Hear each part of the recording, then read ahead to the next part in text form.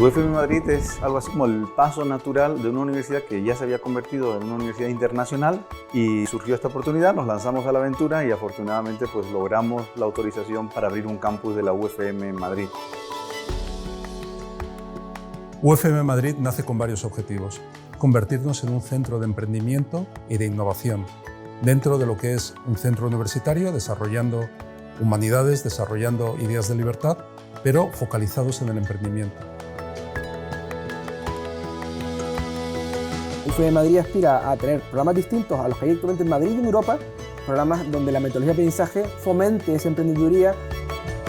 La UFM se vuelve global. Las carreras globales aseguran haber tenido experiencias por lo menos en 3 geografías diferentes. Es un menú muy importante de opciones que le va a permitir al estudiante dentro de un mismo título tener todas estas experiencias ya incluidas y empacadas, y a eso es a lo que le estamos llamando ser globales.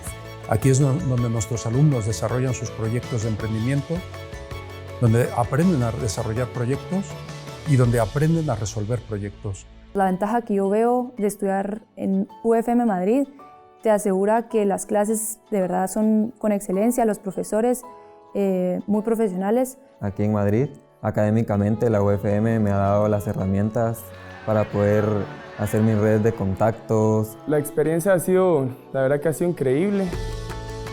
Que pase adelante todo aquel que ama la libertad, ¿sí? Esa fue la frase con la que Muso invitó a muchas personas a sumarse al proyecto, y es la frase que hoy en día seguimos teniendo para animar a que los estudiantes y los profesores se unan a este gran proyecto que es la Universidad Francisco Marroquín.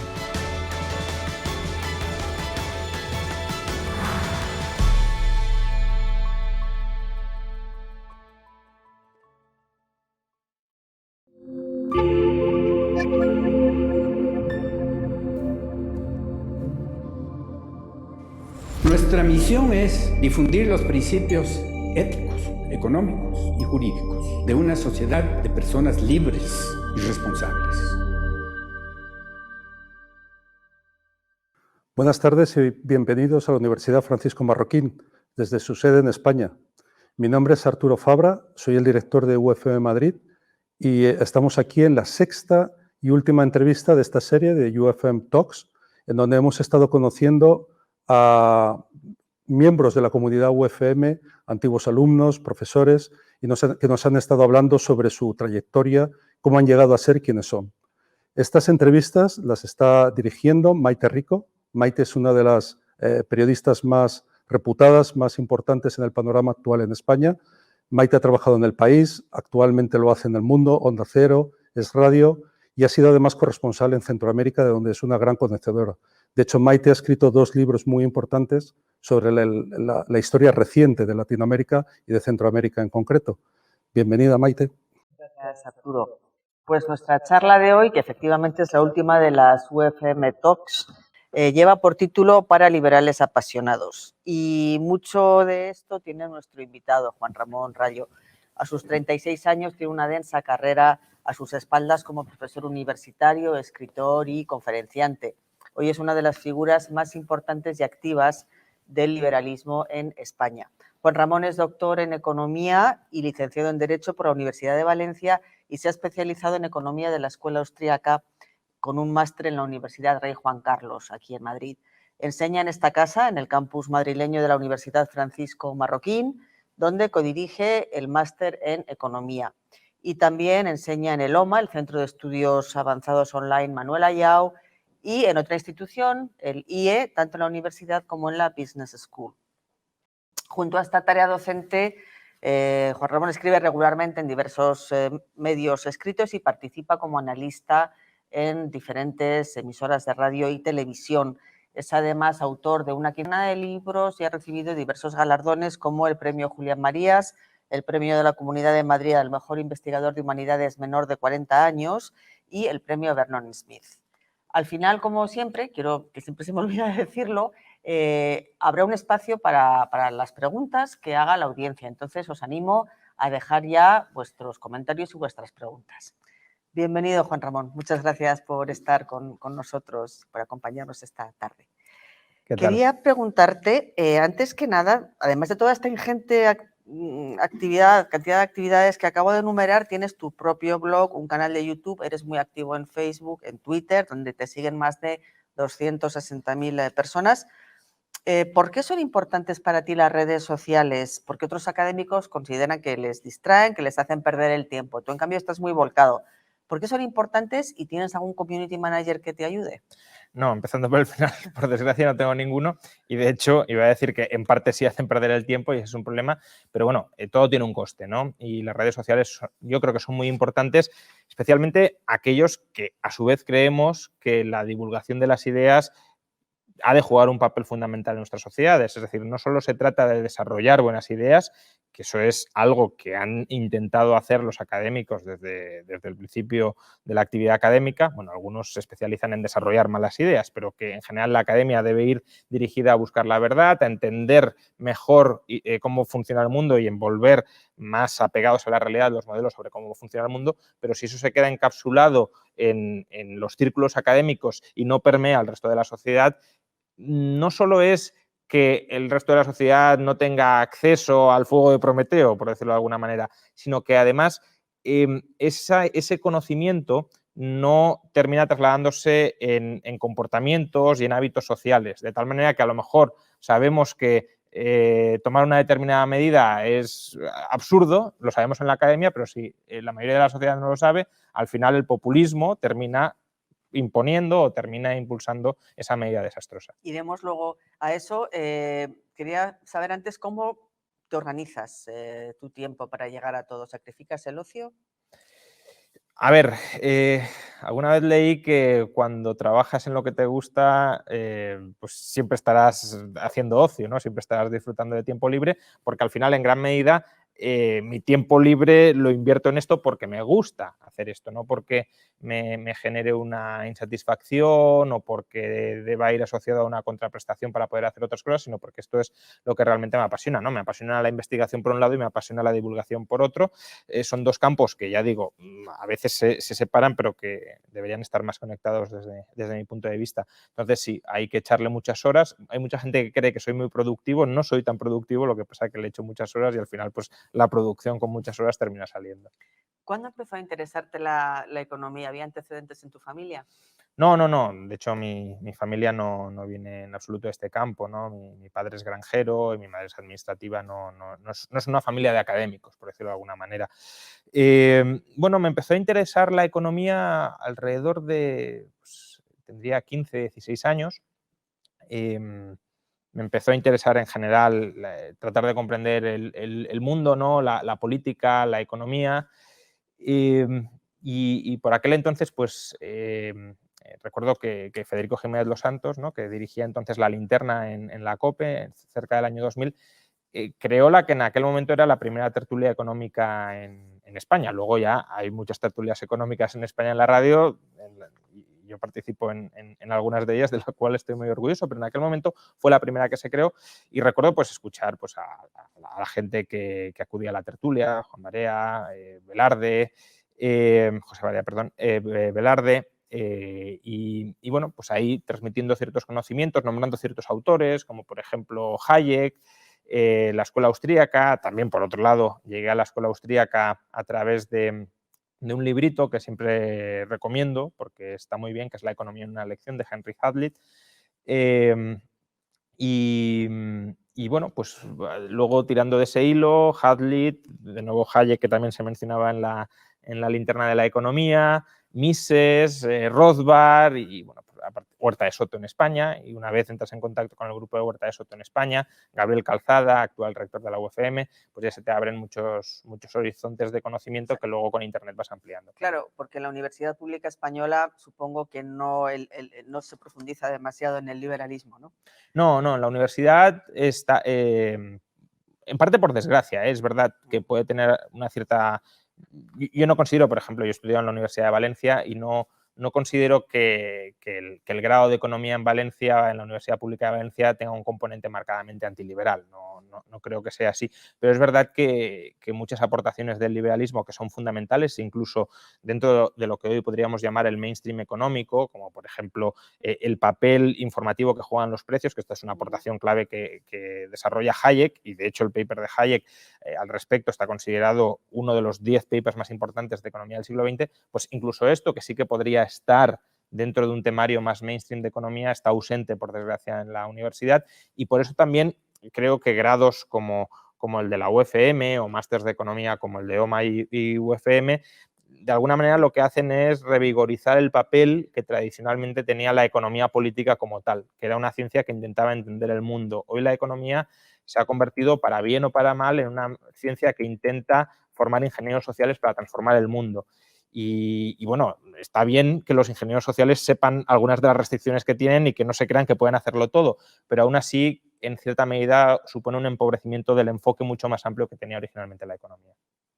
El individuo como ser libre y soberano, respeto a la propiedad privada, democracia, separación de poderes, Estado limitado por contrapesos, parecen conceptos de pura lógica, pero ¿por qué todavía hoy el liberalismo, al menos el término, sigue despertando ese rechazo? Recuerdo aquí que, bueno, tú escribiste un libro con Rodríguez Brown, El liberalismo no es pecado. Sí. ¿Por qué tenéis que estar siempre como pidiendo perdón?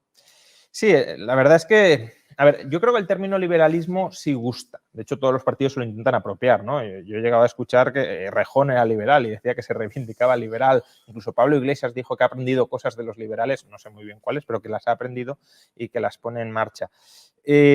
Ahora, el liberalismo, cuando intentan denostarlo, se asocia al neoliberalismo. Eso te iba a preguntar, porque además, claro, cada vez que hay una crisis económica, arrecian las críticas contra eso, el capitalismo neoliberal o el neoliberalismo, ¿no? Como una figura peyorativa. ¿Que existe el neoliberalismo? Claro, es que ese es otro debate, ¿no? Cuando se ha hecho una revisión del uso que hacen los académicos del término neoliberalismo, ¿no? Examinando papers donde se usa el término neoliberal, se ve que se usa sin ningún tipo de coherencia, que cada uno tiene su propia definición de neoliberalismo, y lo que sí encuentran es que todos los que utilizan neoliberalismo lo utilizan como un concepto peyorativo. Es decir, como sinónimo de egoísmo y explotación sin límites, ¿no? Sí, a ver, yo sí creo que se puede dar una definición de neoliberalismo, incluso peyorativa, y que pueda ser operativa y funcional, pero que es más una etiqueta para diferenciarte y decir que yo soy de los tuyos que odiamos el capitalismo, y como lo odiamos lo vamos a llamar neoliberalismo, y así nos reconocemos los unos a los otros. Es más una etiqueta grupal, ya digo, que un término realmente sólido. A ver, si el neoliberalismo lo entendemos como lo entienden algunos, que es, por un lado, la desregulación del mercado, pero con un cierto auxilio estatal de trasfondo, un cierto intervencionismo lobístico, digámoslo así, del Estado para favorecer a determinadas grandes empresas, etcétera, pues bueno, el neoliberalismo sería una versión renovada de lo que en el siglo XVI y siglo XVII se experimentó y se llamó más tarde mercantilismo.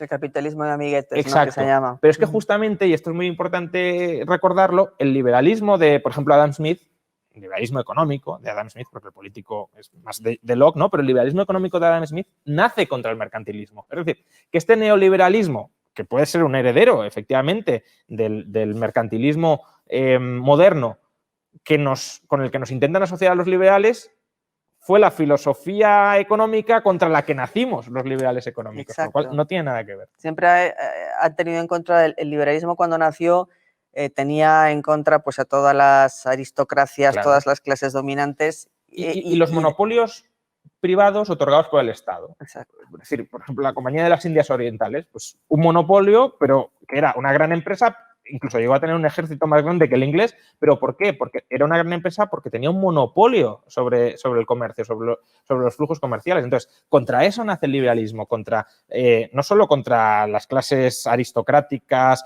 contra los estamentos, contra los privilegios de nacimiento, sino también contra los privilegios empresariales, porque el liberalismo no defiende, como muchas veces se cree, a las empresas, defiende la competencia o el libre mercado, donde las empresas también se tienen que someter. Y si una empresa lo hace mal, pues lo hace mal y quiebra y desaparece por no generar valor, pero no se la rescata. Porque, claro, si tú defiendes la empresa, pues si una empresa lo hace mal, la tendrías que rescatar, la tendrías que mimar, la tendrías que proteger, no. usted compita en el mercado para generar valor para el consumidor, pero luego no intente, si pierde, que yo le tenga que rescatar, no intente parasitarme, etcétera, etcétera. Eso es el mensaje liberal. Pues el liberalismo, claro, se asocia básicamente con una teoría económica y normalmente pues te imaginas a un señor con gafas y con cara de empollón que sale soltando el rollo de que hay que bajar impuestos y ya. Pero la parte, ¿no crees que habría que hacer más hincapié en la filosofía política liberal? Es decir, en la filosofía que pone al individuo en el centro y que defiende ante todo su libertad. Da la impresión de esa batalla famosa de las ideas no se termina de dar. No, totalmente. El liberalismo es sobre todo una filosofía política. Que obviamente, como filosofía política, es decir, como filosofía que marca las reglas sobre cómo vivir en sociedad, pues esas reglas en ocasiones tienen una vertiente económica y esa vertiente económica también hay que explicarla, pero no tiene que copar el discurso. Lo que pasa es que es verdad que muchos nos hemos aproximado al liberalismo siendo economistas, con lo cual tenemos ese sesgo casi de interés personal, que nos interesa el liberalismo y la economía y por tanto trasladamos el análisis liberal a la economía, pero el liberalismo es muchísimo más y diría más, no es esencialmente una filosofía económica, es como decía, es una filosofía política. De hecho, no mi último libro, porque mi último libro es una crítica a Mises, pero el anterior libro, quizá el último comercial, se llama Liberalismo, los 10 principios básicos del orden político liberal, es decir, de cómo se estructura una sociedad liberal. Y como decías, pues cuáles son los 10 principios. Individualismo, es decir, colocar al individuo en el centro del orden político, igualdad jurídica, que todos los individuos sean iguales ante la ley. Claro, libres e iguales. Libertad personal, autonomía contractual, propiedad privada, libertad de asociación, libre mercado, sí, pero eso es uno de los 10 principios. Gobierno limitado y globalización, es decir, que al final la economía, claro que tiene un papel dentro del liberalismo y claro que, porque quizá este sea el matiz de por qué a lo mejor sí que hay que hacer un poco más de hincapié a veces en economía, porque los liberales, en cierto modo, aunque ahora hay un retroceso, pero la batalla de muchas libertades personales la hemos ganado más o menos, es decir, en general la sociedad sí está a favor de la libertad de expresión. Luego a lo mejor cuando vamos y descendemos a determinados detalles ya no tanto, pero como principio nadie dice yo estoy en contra de la libertad de expresión, ¿no? O de la libertad de asociación o de la libertad religiosa. Son muy pocos los que al menos en Occidente se atreverían a decir abiertamente que están en contra de esos principios. Pero sí hay mucha gente que dice yo estoy en contra del libre mercado, muchísima. De hecho, es más la que dice que está en contra que la que está a favor. Entonces, mucha gente dice, no, yo soy liberal en todo salvo en la economía. Entonces, ahí el énfasis que hacemos nosotros es, me parece muy bien que lo seas en todo, pero también has de serlo en economía para ser coherente, porque no me puedes distinguir esferas económicas y no económicas arbitrariamente, en plan, vale, aquí te tolero libertad, pero aquí no. Entonces, si eres tú el que da o el que quita la libertad, la persona no es libre, eres tú el que eres su dueño y la persona está actuando por tu licencia. Aquí te permito ser libre, aquí no. En el liberalismo, bueno, tú fundaste el instituto, fuiste uno de los fundadores de Juan de Mariana, uno de los think tanks más emblemáticos del liberalismo, que he visto que se define de tendencia libertaria. Digamos, me imagino que dentro del liberalismo hay como una especie de gradación y entre pues, de ser un liberal clásico a ser un libertario, un anarcocapitalista. ¿De qué depende? ¿Del mayor o menor peso que se le otorga al papel del Estado? En parte sí. Yo suelo decir que la diferencia entre el liberalismo clásico y el libertarismo, digámoslo así, es el liberal clásico... Que es casi anarquismo, te diré. Mis amigos libertarios, muchas veces cuando los oigo hablar, digo, bueno, Bakunin estaría encantado. Claro, sí. O sea, dentro del libertarismo o del liberalismo libertario sí que estaría, o podríamos incluir el anarcocapitalismo y luego el minarquismo, ¿no? Yo la diferencia que suelo establecer entre el liberalismo clásico y libertarismo es que el liberalismo clásico considera que el Estado es una herramienta buena, que es una herramienta de cambio social progresivo y que simplemente hay que ordenarlo bien para que desarrolle su adecuado propósito. El libertarismo ve al Estado como un mal quizá necesario, es decir, no necesariamente el libertarismo tiene que ser anarquista, puede que diga el Estado es inevitable, no podemos vivir sin Estado, entiende o cree que es un mal y luego será un mal para algunos necesario, los minarquistas, pues, y para otros será un mal innecesario, los anarcocapitalistas. Es un mal y nos lo podemos cargar. El minarquista dirá, es un mal y no podemos prescindir de él, pero justamente porque es un mal vamos a intentar mantenerlo todo lo controlado que se pueda porque siempre que tenga ocasión va a intentar extenderse. Le pregunté una vez a Vargas Llosa si el liberal estaba condenado a ser un corredor de fondo solitario. ¿Tú te has sentido así alguna vez? Bien es cierto que estoy pensando ahora mismo que en España tenemos a economistas como Daniel Lacalle, como Rodríguez Brown, que ocupan un espacio mediático importante. Pero ¿te sientes como un bicho raro o no? A ver, yo creo que si intentas nadar contra corriente, algo de bicho raro te tienes que sentir, ¿no? Cuando vas contra la masa y evidentemente, contra la masa no lo digo en un término peyorativo, sino contra la mayoría de la sociedad, pues evidentemente te sientes o sabes que adoptas una pose que hoy por la mayoría será vista como un bicho raro, pero como lo hubiese sido pues una persona que defendía la libertad religiosa cuando la libertad religiosa estaba perseguida, era un bicho raro. Hoy ese bicho raro es el que vemos como el héroe en esa época, ¿no? Yo no es que esté pensando en ser un héroe en épocas futuras, ni mucho menos, pero sí creo que algunas de las posturas que hoy defiendo y que se ven raras en el futuro, creo y espero que se van a ver normales, y lo raro será cómo tardamos tanto en aceptar esto que es de sentido común o que al menos es consustancial al respeto integral a la persona. ¿Qué país sería para ti el que más se ajusta a los cánones del liberalismo económico y filosófico, político? Y es una pregunta complicada. Yo cuando se formula suelo decir que más que fijarme en un país, porque al final en un país puedes tener mezclas de muchos elementos liberales y antiliberales, prefiero ver esta parte de este país. Por ejemplo, el sistema sanitario aquí está más cerca de lo que podría ser un sistema liberal. El sistema fiscal, el sistema administrativo, ¿no? De todas formas, si tuviera que elegir un país, ¿no? por limitarme a la pregunta, en Europa yo creo que claramente sería Suiza. Suiza, o bueno, si queremos ponernos más estupendos, Liechtenstein, ¿no? Pero bueno, como país, Suiza, porque aunque no sea ni mucho menos un caso de minarquismo, porque tiene un tamaño del Estado inferior al de España, pero tampoco tan inferior, sí creo que combina un grado de descentralización jurisdiccional y de competencia jurisdiccional muy importante, que ahora se quieren cargar algunos en España para armonizar impuestos, una presión fiscal, ya digo, no un paraíso fiscal como dicen algunos, pero sí más baja que España. Luego hay regulaciones que en otras partes tomamos como casi consustanciales a la vida económica y social, que en Suiza no existen, como leyes de salario mínimo, por ejemplo. En Suiza no hay salario mínimo y no obstante la calidad de vida es extraordinaria. Entonces, en cierto modo, decía Coinel-Ledin que Suiza es el vestigio de la antigua Europa antes de que se empezaran a unificar y crear los grandes estados-nación, ¿no? Entonces, a mí Suiza me gusta bastante por eso, aunque es evidente que todo se contamina y el espíritu de los tiempos pues también ha empujado a Suiza a una dirección menos liberal, pero dentro de lo que cabe es de lo más liberal. ¿Y qué opinas de la clase empresarial y financiera en España? Sobre todo en relación a la de otros países europeos, porque me da la impresión de que aquí hay demasiada concomitancia, compadreo con el poder político. ¿Son realmente liberales o lo que están esperando siempre es contar con la protección del Estado y poder aferrarse en cuanto se vienen mal dadas? A ver, al final no sabes qué fue antes el huevo o la gallina, ¿no? Porque yo también entiendo que un Estado que es tan controlador y tan intervencionista, pues si eres un empresario no te queda casi más remedio que llevarte bien con el poder, ¿no? Porque si no es que te pueden machacar inclementemente.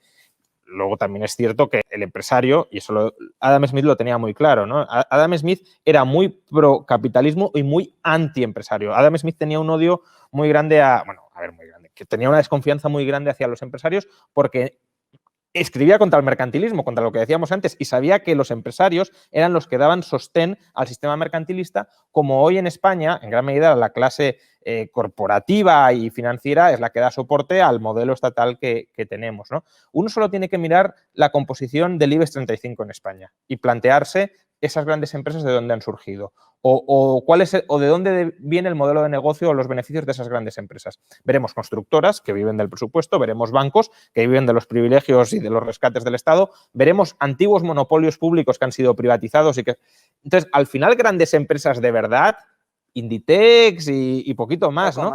Claro, si tú comparas esto con el Dow Jones de Estados Unidos, es radicalmente distinto. Y eso que Estados Unidos también ha degenerado muchísimo, pero es que es un mundo completamente distinto. No sé si hay otros países donde la Confederación de Empresarios cobre subsidios, como aquí la COE, ¿no?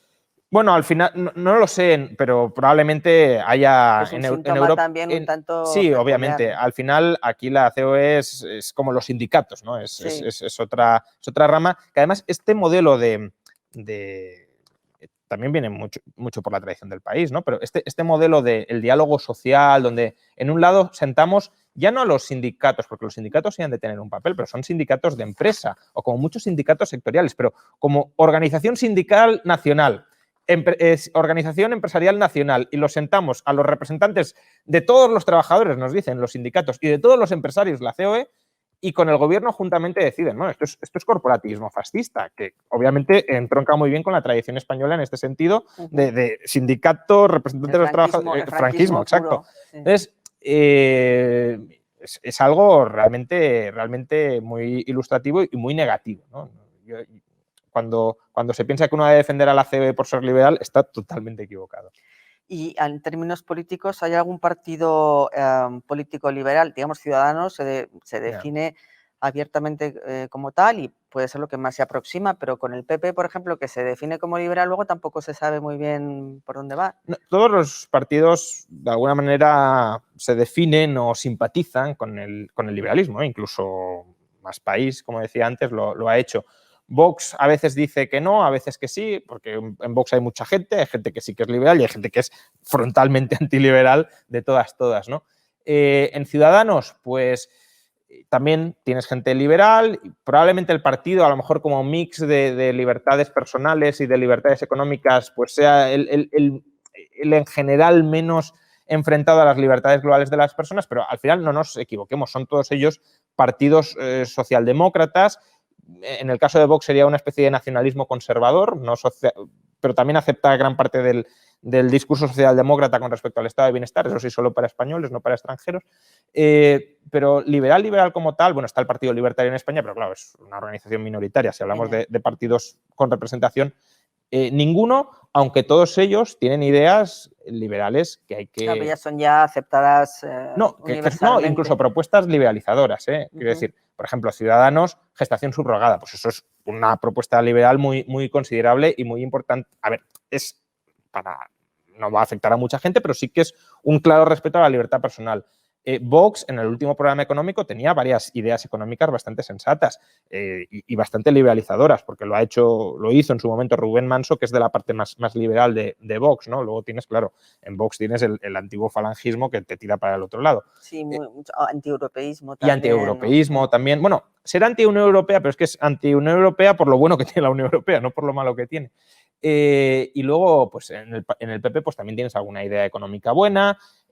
Probablemente Pablo Casado personalmente pues sí le guste más el liberalismo que a lo mejor otras corrientes, pero luego al final son partidos que buscan el poder y saben que tienen que mimar a un electorado que, como no han hecho trabajo de campo, pues no es liberal porque no han dado la batalla de las ideas. Y claro, al final el partido que en el caso del PP, por ejemplo, que decía que salía a cambiar la sociedad, pues para llegar al poder se tiene que adaptar a la sociedad que existe para, bueno, que le voten, engañar a la gente, que le voten y llegar al poder. Tú te has implicado en el análisis político, como vemos, has participado en un libro sobre Podemos, el partido, bueno, pues para la audiencia, ya me imagino que es archiconocido en Guatemala también, pero bueno, es un partido de izquierda radical, con un componente comunista, un componente, bueno, auspiciado en su día por el chavismo.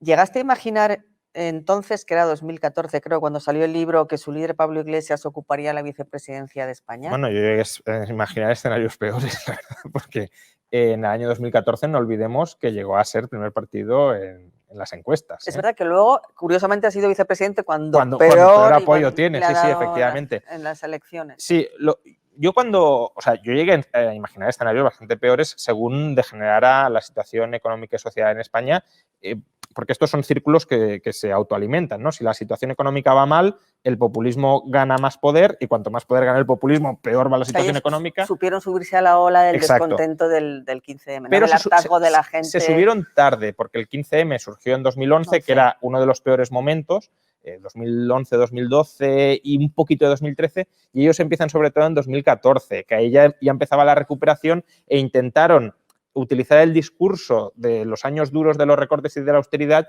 en un momento en el que en realidad ya no encajaba. Les vino muy bien, eso sí, todos los escándalos de corrupción que salieron del PP por esas fechas, porque los auparon, obviamente, pues parecía que la casta que estaba toda degenerada y demás, pero luego han terminado pactando con la casta y el poder se lo está dando la casta, porque como has dicho, Podemos hoy poder parlamentario tiene muy poco. Si tiene poder es porque el PSOE se alía con Podemos para darle lo que ha pedido Podemos.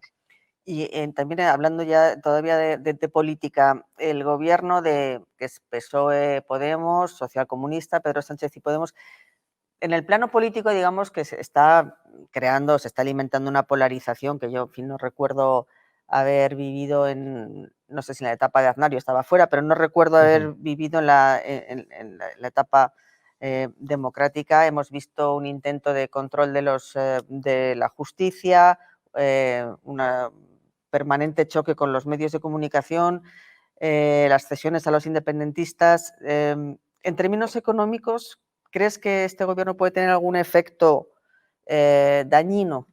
¿O hay un equilibrio ahí, da la impresión, entre posiciones más socialdemócratas, más radicales, más comunistas? O sea, fíjate que todo lo que has dicho, creo que, bueno, salvo lo de los independentistas, que sería para otro debate, ¿no? Sobre el derecho de secesión y demás, pero el ataque a la justicia clarísimamente y el ataque digamos, la separación de poderes, es lo que les estorba. Claro, pero fíjate que eso, por desgracia, económicamente creo que no tiene mucha relevancia, porque al final el inversor lo que quiere es seguridad jurídica y mientras no te roben, igual de que haya separación de poderes o que no, por desgracia, porque ojalá fuera mucho más de la mano.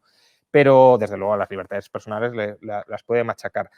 En cuanto al programa económico, pues sí hay un cierto equilibrio y además no solo entre el ala más socialdemócrata y el ala más de izquierda radical, sino que creo que Bruselas también en parte está tutelando y el dinero que va a llegar va a reforzar esa tutela. Pero aún así, claro, como Podemos tiene que vender carnaza ante su electorado, porque tiene que hacer valer que está en el gobierno, pues también Sánchez muchas veces les otorga gestos que pueden ser bastante dañinos para la economía. Pues controles, bueno, estamos ahora hablando si se van a plantear controles de alquileres, prohibición de desahucios, pues claro, todo eso te puedes cargar el mercado inmobiliario en España, al menos hasta que cambie ese tipo de regulación. O veremos en qué queda la regulación laboral, ¿no? La subida del salario mínimo parece que se va a frenar en este 2021, la reforma laboral parece que no se va a derogar tanto como quería Podemos, pero bueno, que al final, para contentar a un radicalismo que te está sosteniendo en el poder, pues adoptas una política económica bastante mejorable.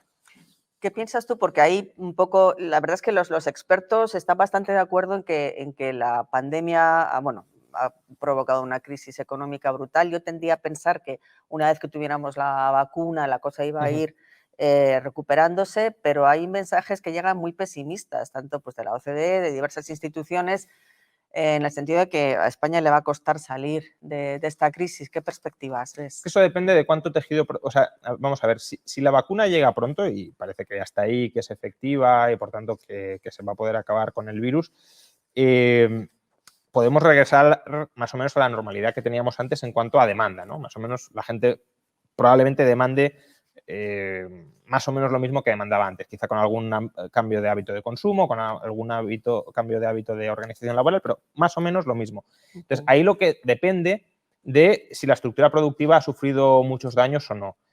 Mi sensación es que no ha sufrido daños extremos porque el gobierno ha socializado muchas de esas pérdidas, por ejemplo, a través de los ERTE, con lo cual no es nada improbable que en 2021 o 2022 sí que vivamos una recuperación bastante intensa, insisto, si se acaba con la pandemia a través de la vacuna o a través de otro mecanismo. Otra cuestión distinta es el largo plazo que nos va a quedar a los españoles, porque todo esto se ha hecho sobre la base de aumentar, de disparar de manera exagerada la deuda pública. Y esa deuda pública tan disparatada lo que significa es muchísimos más impuestos futuros y, por tanto, si España ya antes de la pandemia tenía una perspectiva de crecimiento potencial a largo plazo bastante escasa, si además le añades todos los impuestos que va a haber que subir para refinanciar o para hacer frente a la deuda, pues la perspectiva a más largo plazo no creo que sea positiva. ¿Qué libros recomendarías para iniciarse en el liberalismo, tanto político como económico? Bueno, pues voy a recomendar dos míos, porque al final los he escrito precisamente para cuando me pregunten poderlos recomendar, ¿no? En cuanto al liberalismo político, recomendaría justamente el liberalismo, los 10 principios básicos del orden político liberal. Y en cuanto al liberalismo económico, el libro que has citado antes con el profesor Rodríguez Brown, Liberalismo no es pecado la economía en 5 lecciones. Y ahí encontrarán a su vez, porque claro, no te vas a quedar solo en eso, ahí en la bibliografía encontrarán muchas otras recomendaciones de libros tanto más para principiantes o para iniciados y libros más avanzados. Muy bien, pues ahora vamos a dar paso a las preguntas que están mandando nuestros oyentes, la audiencia. Vamos a ver, la primera, Bukimel en YouTube. ¿Qué papel juega la Escuela de Salamanca? Bueno, la Escuela de Salamanca, pensamiento liberal. a ver, como pensamiento liberal, la Escuela de Salamanca sobre todo tiene una aportación muy importante que es el desarrollo del derecho internacional y de los derechos humanos. Es decir, la idea de que todas las personas son sujetos de derecho, no solo los españoles o no solo los católicos, sino también los indígenas. Eso es algo fundamental. Pero luego también pensemos que la escolástica pues, es hija de una época y de una época donde las libertades personales no eran el centro del mundo, ni mucho menos. La Escuela de Salamanca sobre todo juega un papel que puede ser importante para el liberalismo, aparte del que he mencionado, el derecho internacional y de los derechos humanos, y también otros como la idea de la guerra justa y qué restricciones puede haber a la guerra y demás, en el desarrollo de principios económicos muy sólidos y muy correctos. Pero esos principios económicos no los desarrollan desde una perspectiva liberal, sino que cuando los feligreses iban a los confesionarios y les decían, oye, ¿yo puedo vender la lana más cara que en el pueblo de al lado? ¿O eso es moral o no es moral? Claro, el sacerdote le tenía que dar una explicación y para eso desarrollaba teoría económica. Y esa teoría económica es en muchos aspectos sorprendentemente mejor que, por ejemplo, la que desarrolla luego Adam Smith. Adam Smith es muy bueno en muchísimas cosas, pero, por ejemplo, la teoría del valor es muy malo y la Escuela de Salamanca, la teoría del valor, es muy buena. Cintia Reyes en Facebook. Saludos desde Perú.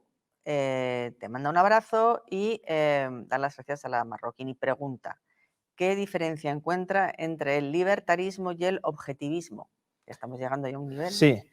Bueno, yo no soy experto en objetivismo, pero no me entusiasma el objetivismo de Ayn Rand. A ver, en cierto modo el objetivismo es una filosofía mucho más amplia y mucho más completa que el libertarismo, porque el libertarismo es una filosofía política, el liberalismo, de mínimos, que ese puede ser un defecto. El liberalismo no pretende ser una solución absolutamente para todo ni darte una visión del mundo absolutamente completa. Simplemente responde a una pregunta. ¿Cómo podemos coexistir pacíficamente dentro de la sociedad? Pues hay una serie de reglas mínimas que hemos de respetar y ya está. Pero el liberalismo ni siquiera te dice cómo hay que reducir las desigualdades dentro de la sociedad. Te pondrá restricciones, en plan, no le robes a uno para dárselo a otro, pero luego puede haber desigualdades que ¿cómo solventamos? Pues para eso hace falta otro tipo de enfoques, otro tipo de políticas. El objetivismo, en cambio, es una filosofía mucho más amplia que el liberalismo, porque también atiende a la epistemología, a la estética, cuestiones en las que el liberalismo como tal no entra. Otra cuestión es si el objetivismo está acertado o no, y ya digo, yo sin ser experto, creo que tiene lagunas significativas a la hora de dar una descripción realista de cómo es el ser humano y, por tanto, el ser que actúa dentro de ese marco filosófico. Santiago Palomar, Sagüez en YouTube, pregunta cómo podríamos los liberales compatibilizar nuestras racionales ideas con el casi a veces inevitable sentimiento de patria.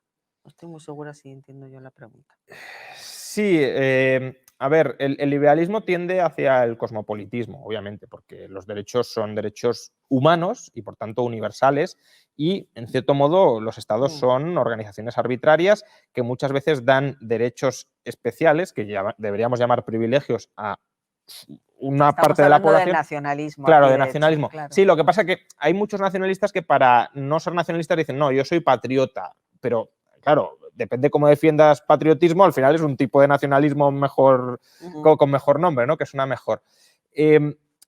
Yo suelo decir que el único patriotismo que yo entiendo que puede tener sentido o encaje dentro del liberalismo son aquellas comunidades políticas de libre adscripción donde la gente se adscribe a esas comunidades políticas no por algún tipo de identidad en común, sino por un objetivo común, que es la defensa de la libertad de todos los que la integran. Entonces, si el patriotismo entendemos como la defensa de una comunidad política con unas normas, con unas leyes que hacen posible, que garantizan la libertad de todos los que la integran y que además no es agresiva frente a otros individuos, pues claro, uno sí puede estar orgulloso de esa comunidad política. Uno sí puede ser patriota de una constitución, por ejemplo, que haya garantizado durante 200 años la libertad escrupulosamente de todos sus conciudadanos y que además no haya generado guerras exteriores de agresión frente a otros países. Uno sí puede decir, pues buenas instituciones hemos conseguido crear dentro de esta sociedad. Ojalá perduren durante mucho tiempo, pero poco más, ¿eh? No creo que pueda ir mucho más allá de eso. El hecho de que, bueno, hemos visto las mejores, los mayores grados de libertad y de bienestar se han logrado en democracias liberales, tanto en Europa como cuando se ha dado estoy pensando en América Latina. Pero ¿cómo es posible que siga creciendo o que de nuevo el populismo vuelva a tener ese auge, no solamente en América Latina, también ahora mismo lo estamos viendo en España y lo estamos viendo en muchos países europeos, populismo de izquierdas y de derechas? De derechas. ¿Cómo se explica de pronto este surgimiento de nuevo del populismo que, en fin, ya hemos visto por ejemplos históricos a qué conduce?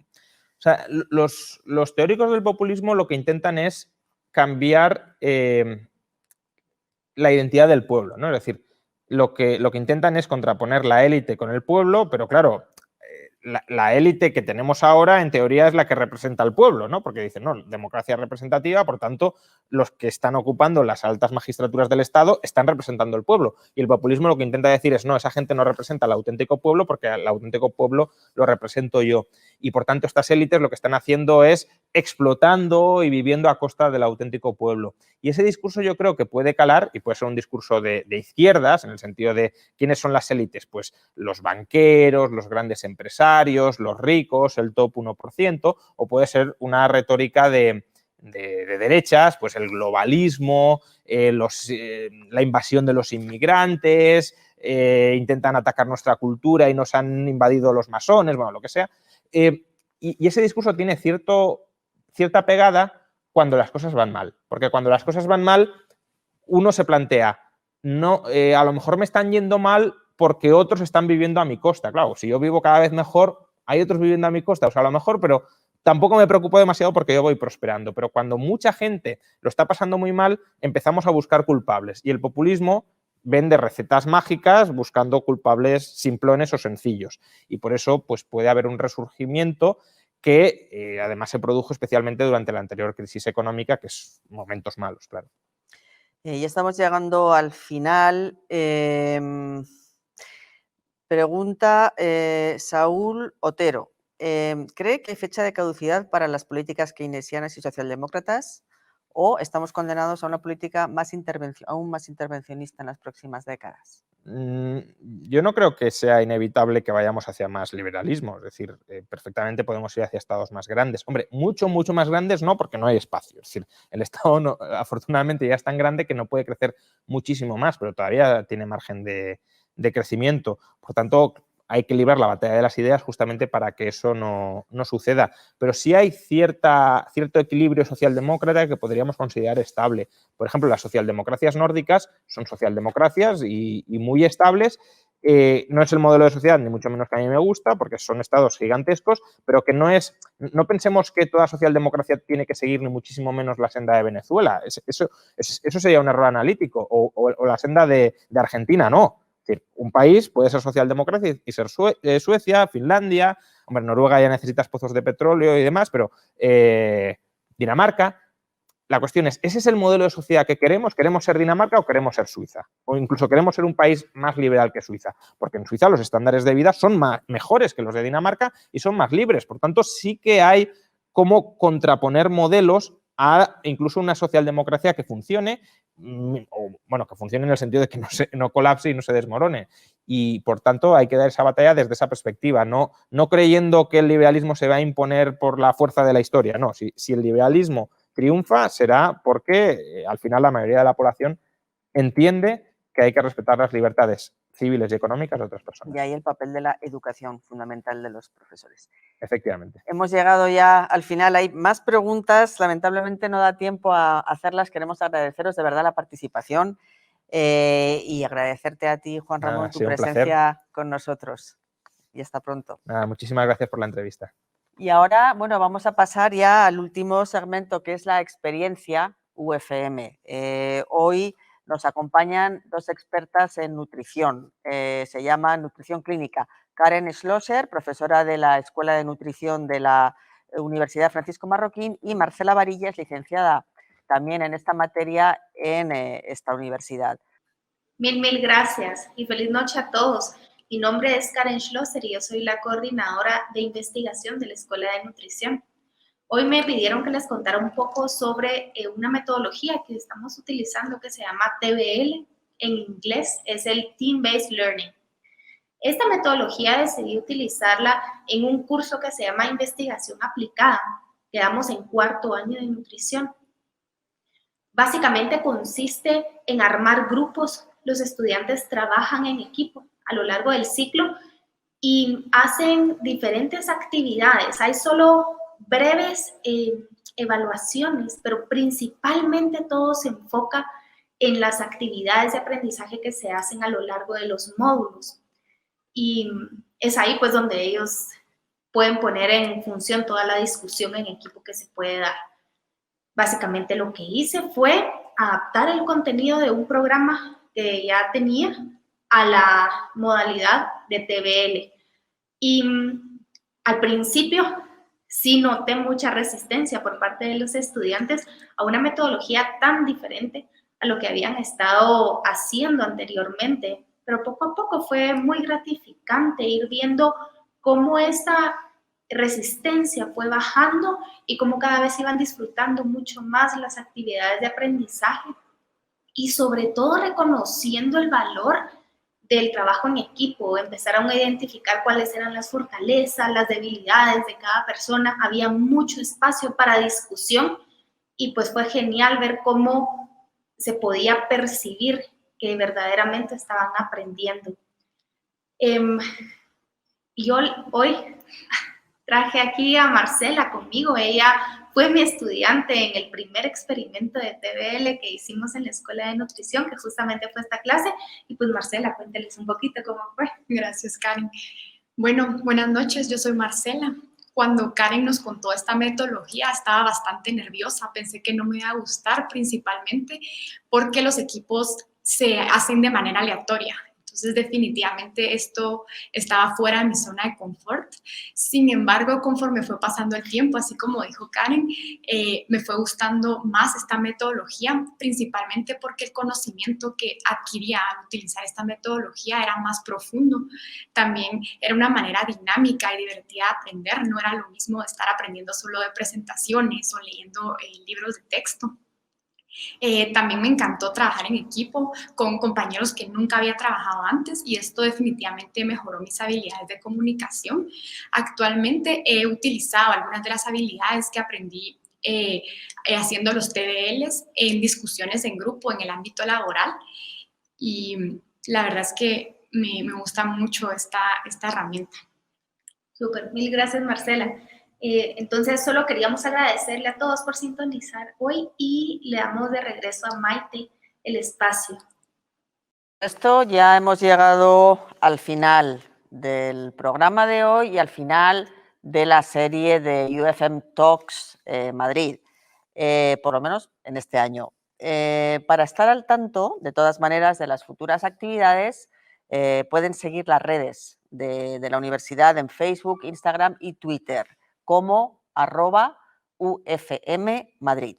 Muchísimas gracias por habernos acompañado en esta serie. Muchísimas gracias y nos veremos de nuevo.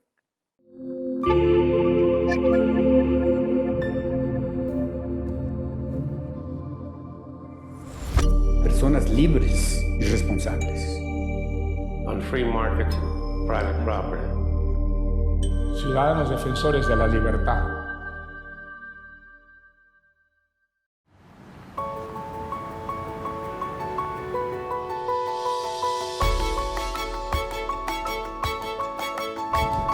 UFM Madrid es algo así como el paso natural de una universidad que ya se había convertido en una universidad internacional y surgió esta oportunidad, nos lanzamos a la aventura y afortunadamente pues logramos la autorización para abrir un campus de la UFM en Madrid.